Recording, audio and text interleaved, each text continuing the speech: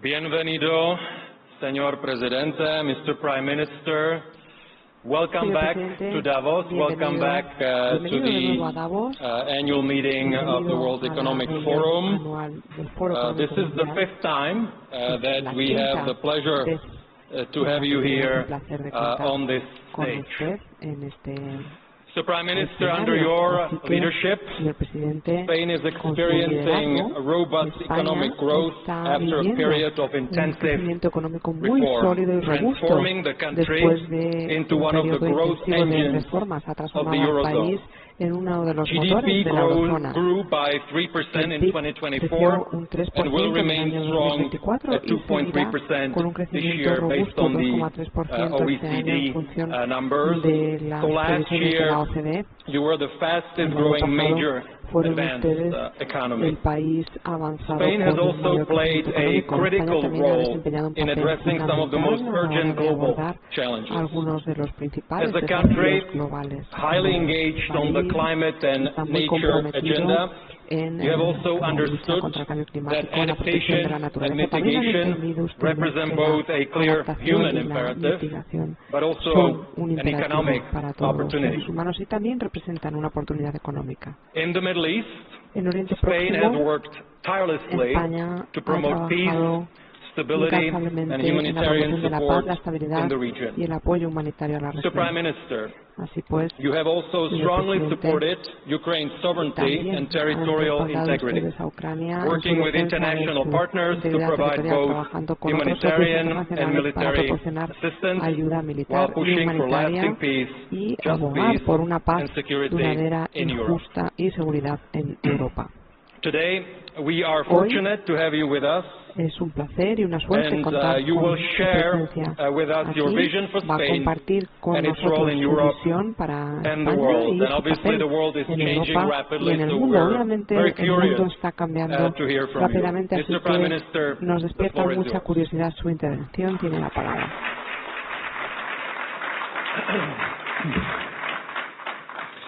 Thank you, Mirke. Good afternoon, and thank you for being here. Look, I had planned to use this speech to highlight, as you mentioned before, the outstanding economic, social, and environmental performance of my country, Spain.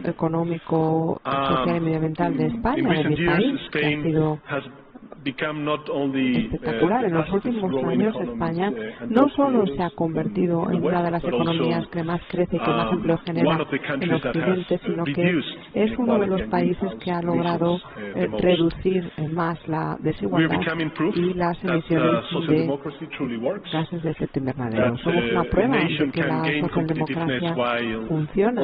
Una nación puede tener competitividad y fomentar la justicia social, proteger a la naturaleza, respaldar un orden internacional que se base en el multilateralismo. Tenemos resultados que podemos demostrar. Aquellos que defienden el modelo opuesto no tienen nada.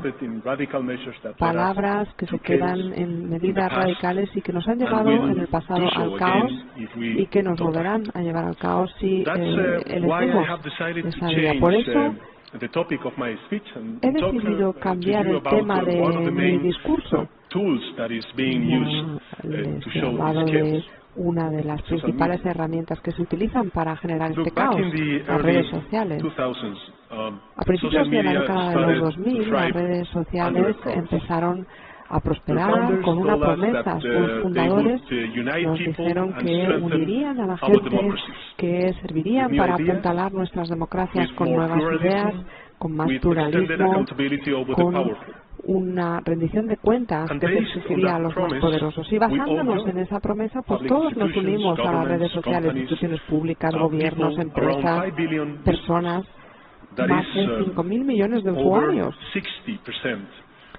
Más del 60% de la población mundial. En los siguientes años pues, se fue cumpliendo esa promesa, al menos en parte. Cambiaron las redes sociales la manera en la que trabajamos, la manera en la que nos informamos, la manera en la que nos relacionamos con los demás. Crearon puentes entre personas con puntos de vista parecidos, que estaban lejos y se podían unir y permitieron a los ciudadanos compartir sus opiniones, yendo mucho más allá de las limitaciones que imponían los medios de comunicación tradicionales. Los movimientos en pro de la justicia y del cambio como el Me Too o Fridays for Future no hubiesen tenido la posibilidad de existir si no fuese por las redes sociales. Pero con todos estos beneficios también han venido efectos negativos que están ocultos en los algoritmos, que son como los invasores que se ocultaban en el caballo de Troya. No nos dimos cuenta entonces, pero ahora sí que nos damos cuenta. Ahora sí. Ahora sabemos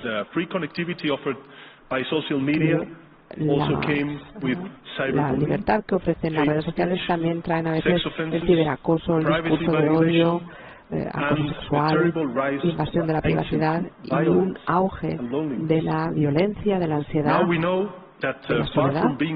Ahora sabemos que en lugar de hacer que la humanidad se una, en lugar de empoderar a la gente, estas plataformas han acabado siendo una concentración de poder y riqueza en manos de unos pocos. Todo esto al coste de nuestra cohesión social, de nuestra salud medioambiental y de nuestras democracias. Así pues, ha llegado el momento de que abramos los ojos. La investigación académica, la ciencia, los datos políticos están ahí para todos los que quieran ver la realidad. Las redes sociales están afectando el sistema democrático en todo el mundo, al menos de varias formas que no podemos seguir ignorando. La primera es la siguiente. Las redes sociales están simplificando en exceso y polarizando el debate público. 280 caracteres o un vídeo de 30 segundos pues no bastan para explicar nada de calado. El debate político ha pasado de las instituciones, de los diarios, de las cafeterías, a las redes sociales. Y esto ha hecho que el rigor se vea sustituido por la inmediatez, la complejidad se ha visto sustituida por la brevedad. Así pues, no podemos explicar las cosas bien. No podemos reconocer que a veces las elecciones implican tener que negociar, ceder algunas cosas. No somos capaces de entablar una conversación de fondo con aquellos que piensan de manera distinta. Las redes sociales lo que buscan es que se generen titulares para obtener likes, para que compartan nuestro punto de vista, y todo esto nos está transformando en una sociedad cada vez más dividida y más fácil de manipular. Este cambio no es un cambio que se haya producido por casualidad. Al contrario, está totalmente relacionado con la segunda forma en la que están erosionando las redes sociales a nuestras democracias. Lo que están haciendo es promover la divulgación de la desinformación. Todos los días vemos que nuestras redes sociales se llenan de imágenes falsas, fake news, datos incorrectos que distorsionan nuestra visión de la realidad. Fake news que llevaron a pensar a gente que el virus del COVID-19 no existía, o que las minorías étnicas que viven en nuestros países son la fuente de todos nuestros problemas, o que el Estado al final es una farsa que funciona en contra de los intereses de los ciudadanos.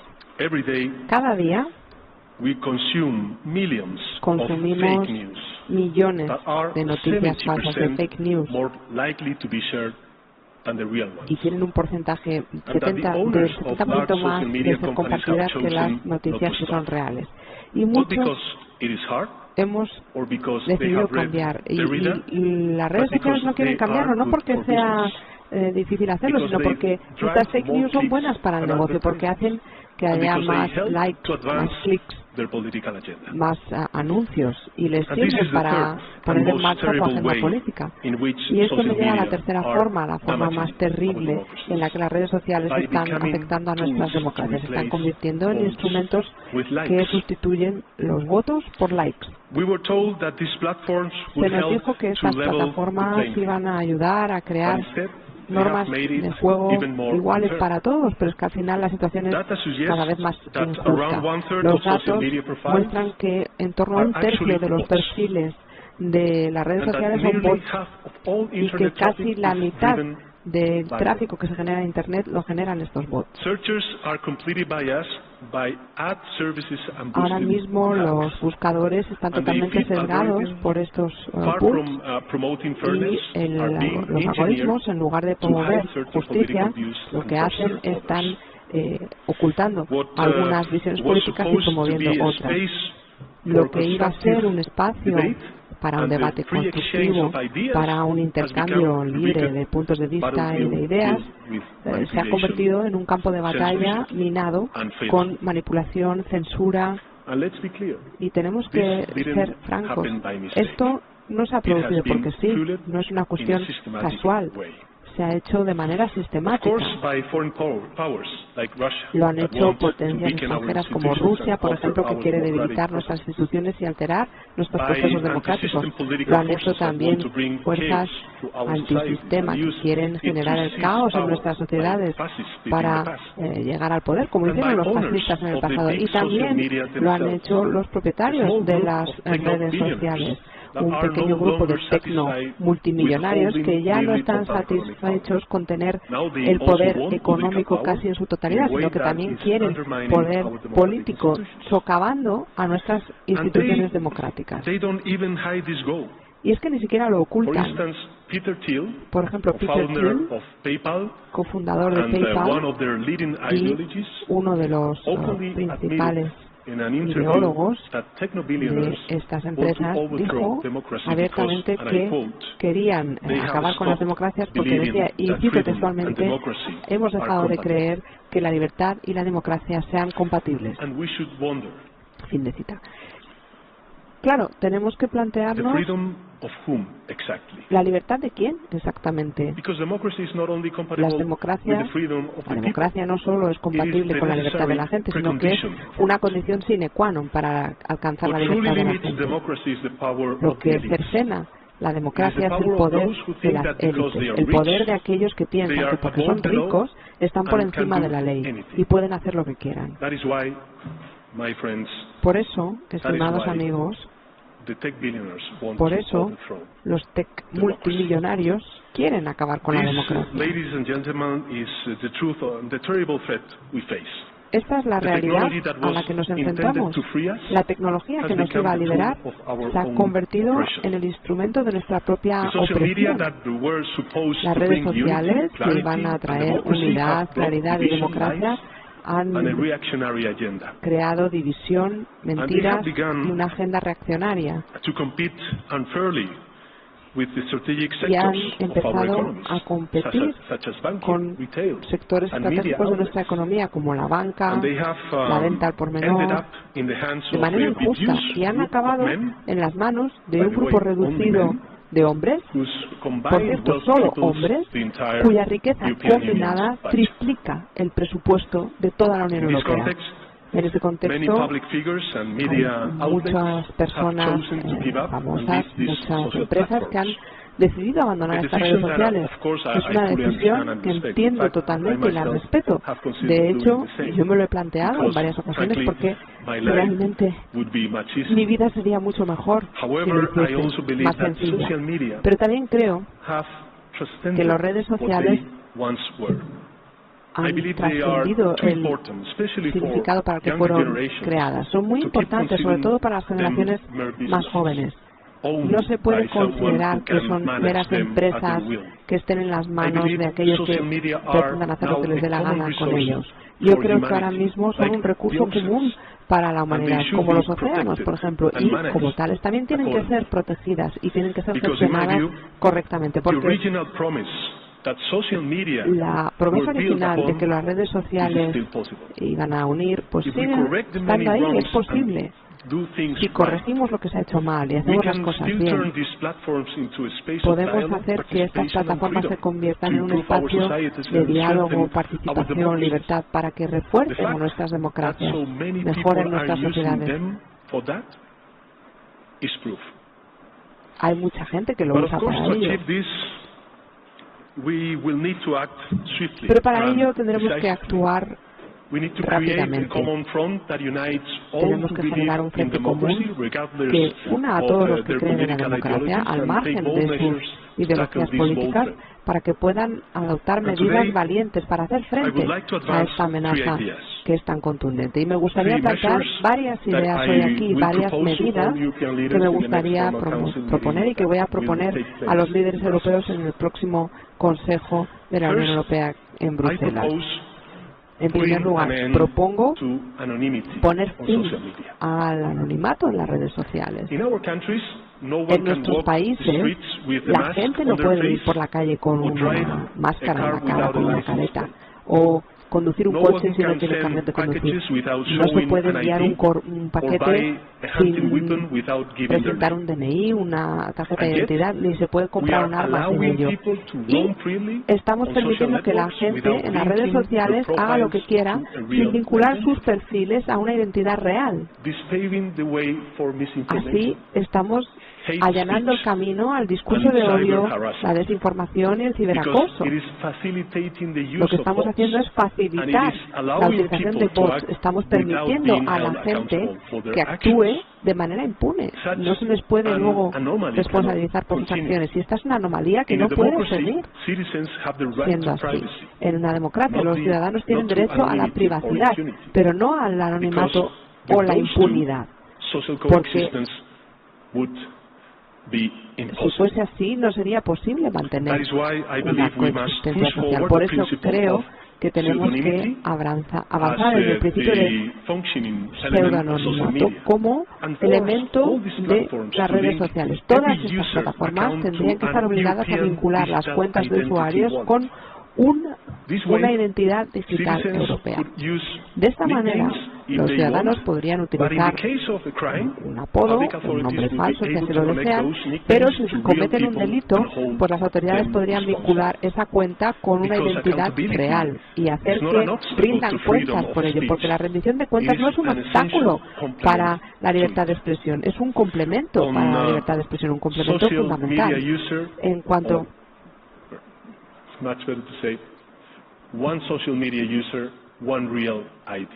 a esta idea, lo que pretendemos decir es que tiene que haber por cada usuario de red social una identidad real. Esto permitiría garantizar que los menores, por ejemplo, no puedan acceder a contenido inapropiado, que las personas que cometan un delito luego puedan quedar excluidas de las redes sociales, se les pueda perseguir por ello y que todos los perfiles falsos que existen y que siguen influyendo en el debate público pues se eliminen. Mi segunda propuesta es obligar a las redes sociales a que abran la caja negra de los algoritmos de una vez por todas. Los valores de la Unión Europea no son valores que podamos vender. Las salvaguardias como la moderación del contenido y el fact-checking son requisitos que tenemos que cumplir, que todos tienen que cumplir. Por eso creo que tenemos que cumplir plenamente con la ley de servicios digitales de la Unión Europea. Con esta directiva tenemos que reforzar su ejecución y también las sanciones para aquellos que no cumplan. De la misma manera, creo que tenemos que reforzar también la competencia y la capacidad del Centro Europeo para la Transparencia Algorítmica, para que realmente pueda entrar en el funcionamiento de las redes sociales sin ningún tipo de limitaciones. Tiene que haber una financiación específica también para que este tema sea una de las prioridades de investigación dentro de la Unión Europea. Tenemos que hacer que nuestros mejores expertos trabajen en estas cuestiones, al igual que están haciendo los enemigos de la democracia. Están poniendo a sus mentes más brillantes a trabajar. No sirve de nada tampoco todo esto si no hacemos que los propietarios de las redes sociales rindan cuentas, porque son de las personas más ricas y más poderosas del mundo. La mayor multa impuesta por la Comisión Europea a una empresa tecnológica era lo mismo que un 0,6% de sus beneficios anuales. 0,6% de sus beneficios. Esa fue la mayor multa impuesta. O por plantearlo de otra manera, representa lo que esa empresa había ganado en menos de un día. Y esto me lleva a mi tercera y última propuesta. Tenemos que garantizar que los directivos, los propietarios de las redes sociales tengan que rendir cuentas si no cumplen con las normas establecidas para estas plataformas, al igual que sucede con otros sectores. Por ejemplo, el propietario de un restaurante es responsable si su comida intoxica a los clientes. Bueno, pues los propietarios de las redes sociales tienen que ser responsables y se les tiene que responsabilizar del hecho de que los algoritmos puedan envenenar a la población. Lo que estamos promoviendo es que nos enfrentemos a esta amenaza de frente, que aceptemos esta lucha, porque si no se va a erosionar la salud, la seguridad y la libertad de nuestros hijos y de las generaciones venideras. Tenemos que volver a tomar el control, hacer que las plataformas digitales tengan lo que era su propósito original, que sean un lugar justo y abierto al diálogo, y hacer que aquellos que quieren desmantelar nuestras democracias no puedan hacerlo. Tenemos que hacer que las redes sociales vuelvan a ser fantásticas. Sé que no va a ser sencillo. Lo sé. Estamos todos un poco asustados porque las personas a las que nos enfrentamos son muy poderosas, tienen recursos financieros y tecnológicos casi ilimitados, aliados muy peligrosos, y no están jugando limpio porque no están cumpliendo con nuestras normas morales ni se enfrentan a estas consecuencias. Pero sé que podemos ganar la batalla porque tenemos razón, porque somos más y porque ya lo hemos hecho en el pasado.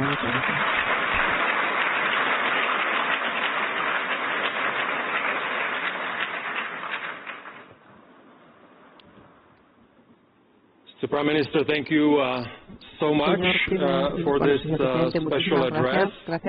As is our tradition here, we would like to have still a little bit of a conversation. I think we have a few minutes left. You've covered democracy, social media.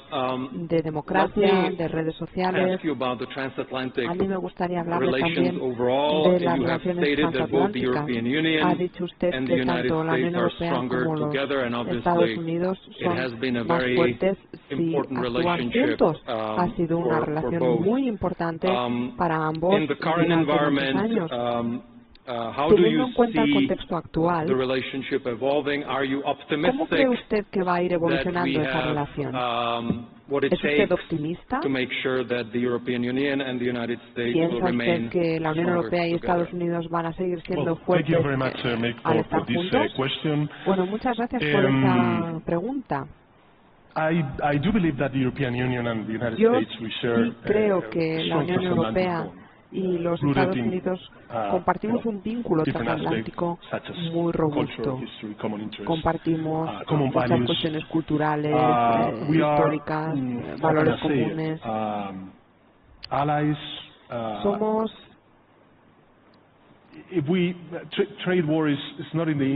aliados. La guerra comercial no beneficia ni a la Unión Europea ni a Estados Unidos. Al final es un juego de suma cero, creo yo. My approach is to be constructive, mi enfoque es that the European Union try to strengthen this Creo que desde la Unión Europea tenemos que intentar reforzar el vínculo transatlántico. En primer lugar. En segundo lugar, creo que obviamente el mundo es enorme, hay muchos agentes globales, además de los Estados Unidos, y creo que los pasos que está dando la Comisión actual con la señora von der Leyen como presidenta, creo que van por el buen camino. Les voy a explicar por qué. It is very important the trade agreement that we achieved, European Union with Mercosur, also with Mexico. We had different agreements over the last months with Chile, with Canada, en los últimos meses y también con Canadá hace unos años. Y estoy convencido de que la Comisión va a seguir trabajando con otros bloques regionales, con otros países también para seguir reforzando estas relaciones comerciales con la Unión Europea. Eso es muy importante para la Unión Europea porque vamos a ir obteniendo más influencia en el ámbito geopolítico y además nos va a permitir mejorar nuestro desarrollo económico como continente.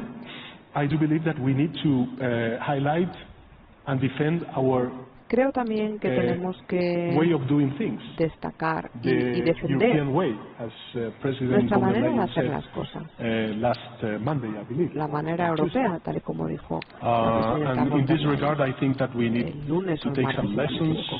Creo que tenemos que extraer lecciones de lo que estamos viviendo en la actualidad, del debate actual. Y tenemos que llevar la voz cantante en muchos temas como la tecnología, la defensa, la energía.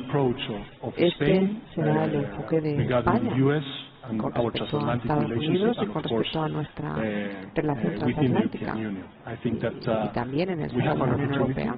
Creo que tenemos una oportunidad por delante. Creo que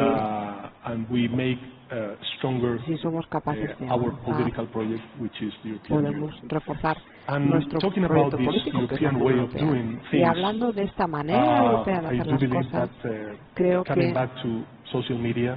volviendo al tema de las redes sociales, es importante que cumplamos plenamente con la Directiva de Servicios Digitales y también tenemos que cumplir con el primer reglamento sobre inteligencia artificial que sacamos adelante bajo presidencia española del Consejo de la Unión Europea. Gracias. Bueno, pues antes de acabar con esta sesión, a mí me gustaría plantear otra pregunta. En la introducción ya he dicho que España ha sido una de las economías más dinámicas de la Unión Europea en los últimos años. Hay cierta confusión en cuanto a la agenda económica también en la Unión Europea. Sabemos que hay dos informes muy importantes del señor Letta y del señor Draghi el año pasado. Sabemos también que hay una nueva comisión con iniciativas nuevas. Teniendo en cuenta lo que ha sido la experiencia de España, hemos visto pues, cómo atraer más empresas de tecnología innovadoras. Tienen ustedes una gran innovación en el ámbito de la energía. ¿Qué lecciones han ido ustedes aprendiendo y teniendo eso en cuenta? ¿Cuáles serían sus propuestas para Europa en el ámbito económico para que pueda ser capaz de gestionar mejor su competitividad en el mundo? A ver, a mí no me gustan tampoco las lecciones a los aliados ni a los Estados miembros. No me gusta tampoco ver distintos bloques en la Unión Europea, el bloque del norte, el bloque del sur, pero es cierto que en el sur podemos proporcionar también soluciones a desafíos comunes que se nos plantean como continente o como proyecto político en la Unión Europea. Recuerdo que cuando empezó la guerra tuvimos una crisis energética. Desde la península ibérica proporcionamos distintas respuestas a los problemas que se estaban planteando, teniendo en cuenta las distintas políticas energéticas, nuestra política energética más centrada en la energía limpia, en las renovables y también en obtener autonomía energética como Unión Europea. O sea que yo creo que sí, que podemos proporcionar soluciones a desafíos comunes que se plantean para todo el continente, para toda Europa. En segundo lugar, creo que esta combinación de reformas estructurales y fondos para poder llevar a cabo la transformación digital, también la transición ecológica, es una fórmula buena, es una ecuación buena, creo yo, y creo que se tendría que repetir después de 2027, porque al final, si entre todos somos capaces de definir activos públicos en la Unión Europea como defensa, seguridad, el ámbito digital, la ciencia, la energía, tal y como destacaba el informe de Draghi, pues podríamos mejorar la productividad y la competitividad en Europa. Y por último,